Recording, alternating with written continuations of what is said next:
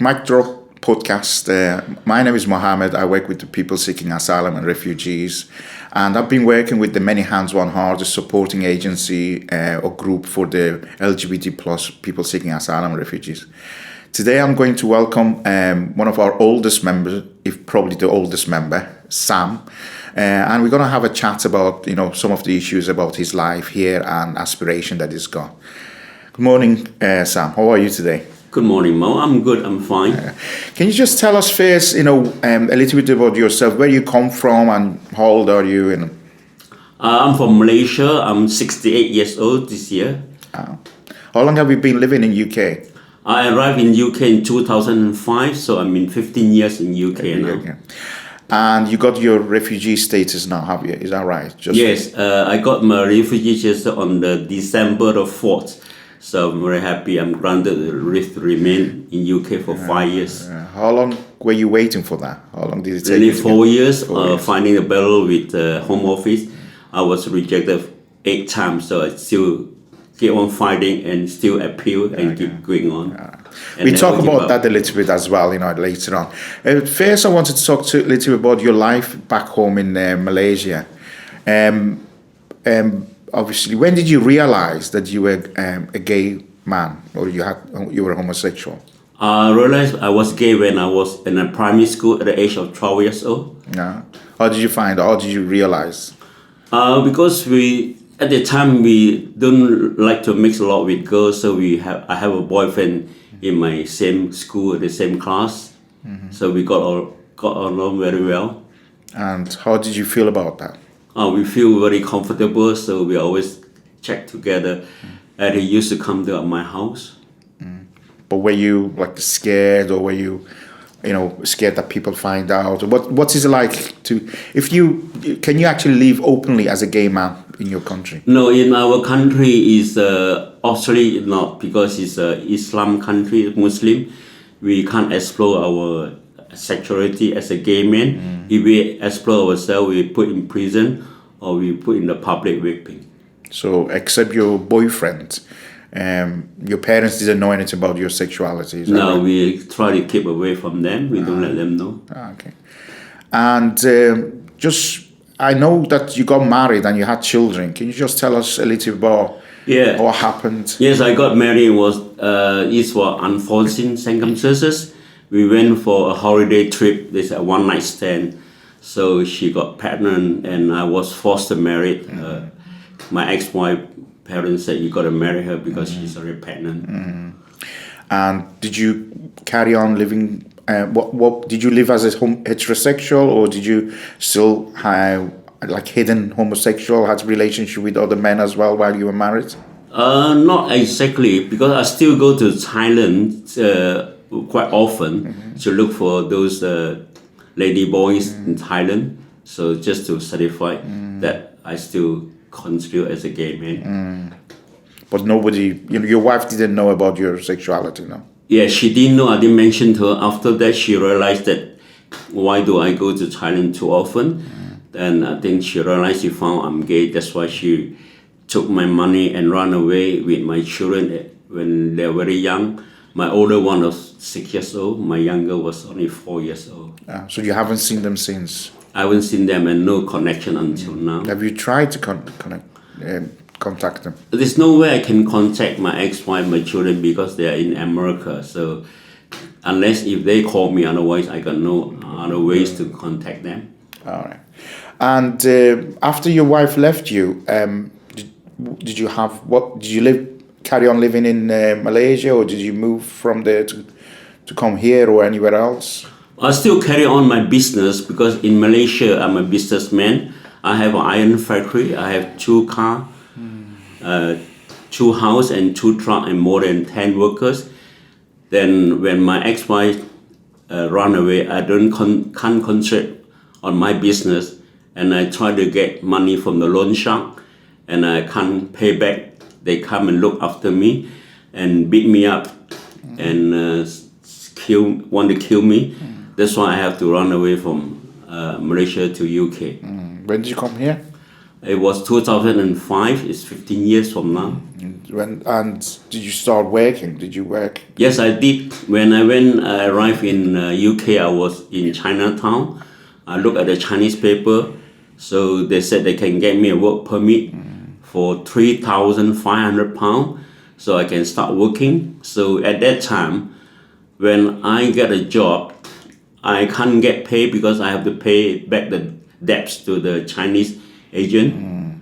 To get a job, they also take £250 from my wages, so I didn't get any money until I finished my debts about 1 year. Then I left. I went to get a new job in Cornwall. All right. I believe you were quite popular in Cornwall. They used to call you Uncle Sam. Is that right? Yes, and when my petition was online, I think some of my younger people, when I met them, when they're young, they used to come to my Chinese restaurant, and they grow up. They also advertise on their T-shirt when they're at work, "Save Uncle Sammy, don't deport Uncle So Sammy." it wasn't your restaurant. You work in that restaurant. You didn't own the restaurant. Is that right? Yeah. Yeah, I didn't own them. I worked for them as a manager. And did you, again in Cornwall or when you came to UK working, did you have any relationship with any gay men? Not at all, because it's especially I'm a Chinese, and I'm also don't have money. I only got £5 a day to survive. No, I'm just talking about when you were working in the restaurant. In a restaurant, no, because my boss don't want people to know that I'm gay. That's why he said you got to keep yourself secret. I do go down to London to the gay bar. They call it Cool Bar in London. So I just when they hang around during my day off. Okay, all right. And when did you apply for asylum? What happened? Obviously you were working in the restaurant, and you said there was a petition to save you, not to send you back. What happened? What exactly happened that you all of a sudden you became sort of couldn't stay here in UK? And when did you apply for asylum? I applied asylum I can't remember exactly when. I was in the detention center in London, and I found one of my roommate. So we also have a relation with him. He's from China, so he already deported back to China. So at that time, I applied for my asylum as a gay man. How did you end up in the detention center? Sorry? How did you? Well, you say you were in the detention center. Yes. What happened? What happened that you went in the detention center? The reason that I was in the detention center, when the enforcement officer came to the restaurant when I was working, they came and looked for one Chinese man that he didn't report to the Home Office. So I was in the counter. So the officer asked me to produce my ID. I told them I don't have my ID because I lost my passport. I couldn't renew it because I didn't have the old passport. I went to London to the Malaysia High Commissioner. I can't renew it because I don't have my previous old passport. Okay. And you are very famous, aren't you? You've been interviewed on the television, and you've been interviewed by Guardian newspaper and Liverpool Echo, and a lot of people in Liverpool know you, especially in the people that work with the people seeking asylum. It was about your case. What was special about your case? Why your case was rejected?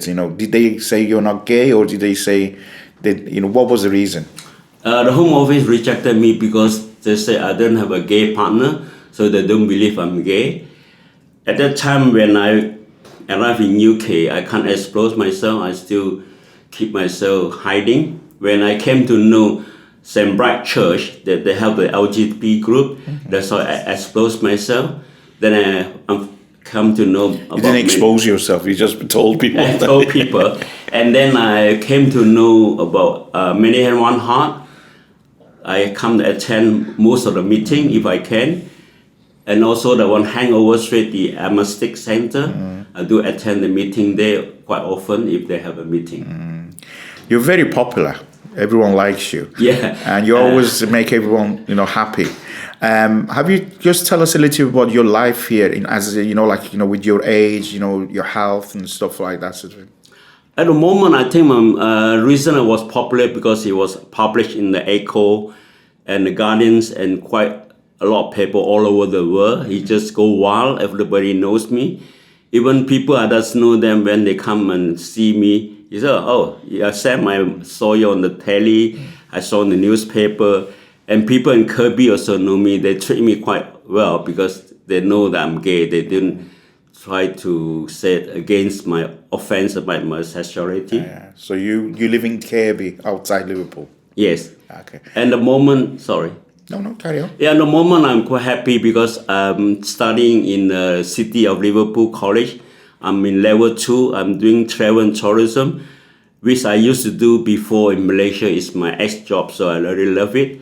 And enroll for my next year, 2 more years in Liverpool for level 3 for the travel and tourism. Then I want to become a qualified tour guide again. Yeah, that's what exactly was going to ask you. My last question was, what are your aspirations in the next 5 years? Where do you want to see yourself? Where are you going to be in 5 years? So you already answered that. You're going to be a tourist guide. Is that right? Yeah, you might see me standing in front of the St. George Hall one day with a flag. Welcome to Liverpool. I'm a local tour guide. Especially because of virus, I think if the people from China, I'll be expecting to give them a tour because I can speak multi-language, especially Chinese. And also at the moment, I work as a volunteer in Asylum Link. I work in the front desk and I do some interpreter job also in people who come from China doesn't speak a word of English. I do an interpreter for them for 2 days, Thursday and Friday. I used to go there for work as a volunteer 4 hours a day. You're really inspiring person. Yeah. And you give a lot of people hope. Okay. I think After all you've gone through. A lot of people like me. Even when I was in the college, my teachers also like me. They select me as a class rep, and after they select me as a student rep. So I'm qualified to go to the parliament to speak on behalf of the LGBT group also as a committee. Fantastic. Thanks very much, Sam. Thank you. You're most welcome.